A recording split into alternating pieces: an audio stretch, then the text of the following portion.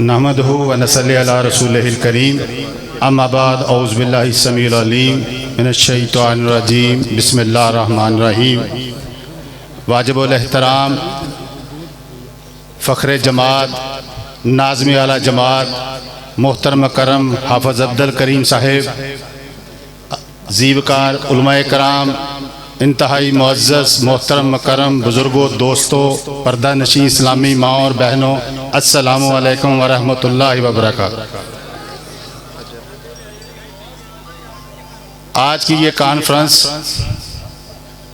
न सिर्फ मेरे लिए, इस गांव के लिए, सरज़मीन मियाँ चन्नू के लिए इसलिए भी फ़ख्र का बाइस है कि जो गुलदस्ता आपके सामने स्टेज पर तशरीफ़ फरमा है वो हमारे मरकज़ी कायदीन से सजा हुआ है। मैं सबसे पहले मोहतरम हाफ़िज़ अब्दुल करीम साहब का दिल की अथाह गहराइयों से मशकूर हूँ कि उन्होंने सही मायनों में, जैसे कहते हैं ना, एक आम कारकुन को इज़्ज़त देने के लिए वो मियाँ चन्नू तशरीफ़ लाए हैं। मैं उनका तहे दिल से मशकूर हूँ कि उन्होंने अपनी गोनागूं मसरूफियात से वक़्त निकाल कर इस छोटे से गांव में आकर न सिर्फ जमात के कारकुनों की हौसला अफजाई की, बल्कि ये साबित किया कि जमात जहाँ पुकारेगी सबसे पहले हाफ़िज़ अब्दुल करीम साहब वहाँ मौजूद होंगे।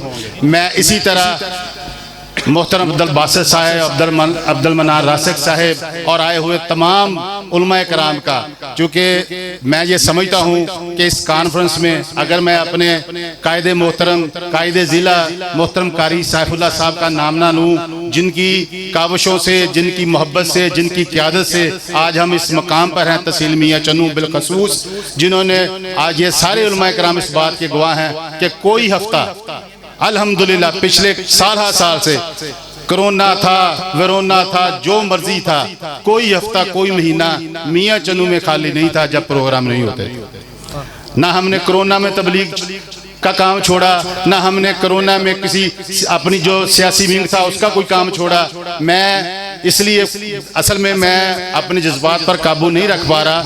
उसकी वजह सिर्फ ये है कि मेरे कायदीन स्टेज पर बैठे हैं और चूँकि वक्त भी बहुत हो गया है, मैं ज़ाती तौर पर एक बार फिर हाफ़िज़ साहब का दिल की अथाह गहराइयों से मशकूर हूँ। इसी तरह आए हुए LSG यूथ फोर्स के नौजवानों का, खानेवाल से आए हुए अपने नौजवानों का, इलाके से अमायदीन के इलाका का, तब सबके मशकूर हैं। और सबसे जो इस हवाले से मैं ये समझता हूँ कि आपको याद होगा क्या पिछले साल भी हमने इसी पंडाल में कॉन्फ्रेंस रखी थी और मैं अपने उस नौजवान खतीब और अपने छोटे भाई मौलाना नामुल हक फ़ारूकी साहब का तज़किरा ना करूं, जिन्होंने ये सारी मेहनत और गुलदस्ता यहाँ इकट्ठा किया है। और मैंने ये कहा था, आपको याद होंगे मेरे अल्फाज, मैंने कहा फ़ारूकी साहब अगर खुश होना है तो तारीफ सुन लो, अगर बेहतर बनना है तो तनकीद सुन लो। मैं इसलिए ये अल्फाज कहे थे कि इस नौजवान में मुझे वो टैलेंट नज़र आता था। आज आपको पता है पूरे पाकिस्तान में ये वो काम कर रहे हैं इस छोटी उम्र में, इस मेहनत से। अगर ये चाहता कि मैं प्रोग्राम ही करता रहूं, मुझे पैसे भी मिल रहे हैं, मैं सारा कुछ करूं, मैं अपने गांव में या मैं अपनी तहसील में ऐसा प्रोग्राम ना करूं, यहाँ मुझे मेहनत करनी पड़ेगी।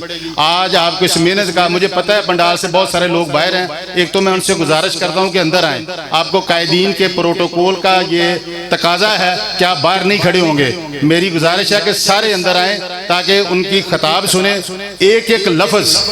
आपको पता है मियाँ चन्नू में जो अब्दुल मनार रासिक साहब बिलखसूस, आप सब के बड़े, अल्लाह उनकी उम्र में अमल में बरकत फरमाए, वो कैसे एक एक लफ्ज़ परोते हैं, किस तरह आपको समझाते हैं। इसी तरह दूसरे जो हमारे बनियामीन साहब हैं, इसी तरह आज आपके सामने मोहतरम बासित साहब तशरीफ़ रखते हैं। मैं आपसे गुजारिश करूँगा पूरी दिल जमी से आप बैठें और ये मेरे कायदीन और आपके कायदीन उलमाए कराम यहाँ से ये तासर लेके जाएं कि ये कोई मेला नहीं था, ये कुरान और सुन्नत की दावत के लिए प्रोग्राम था।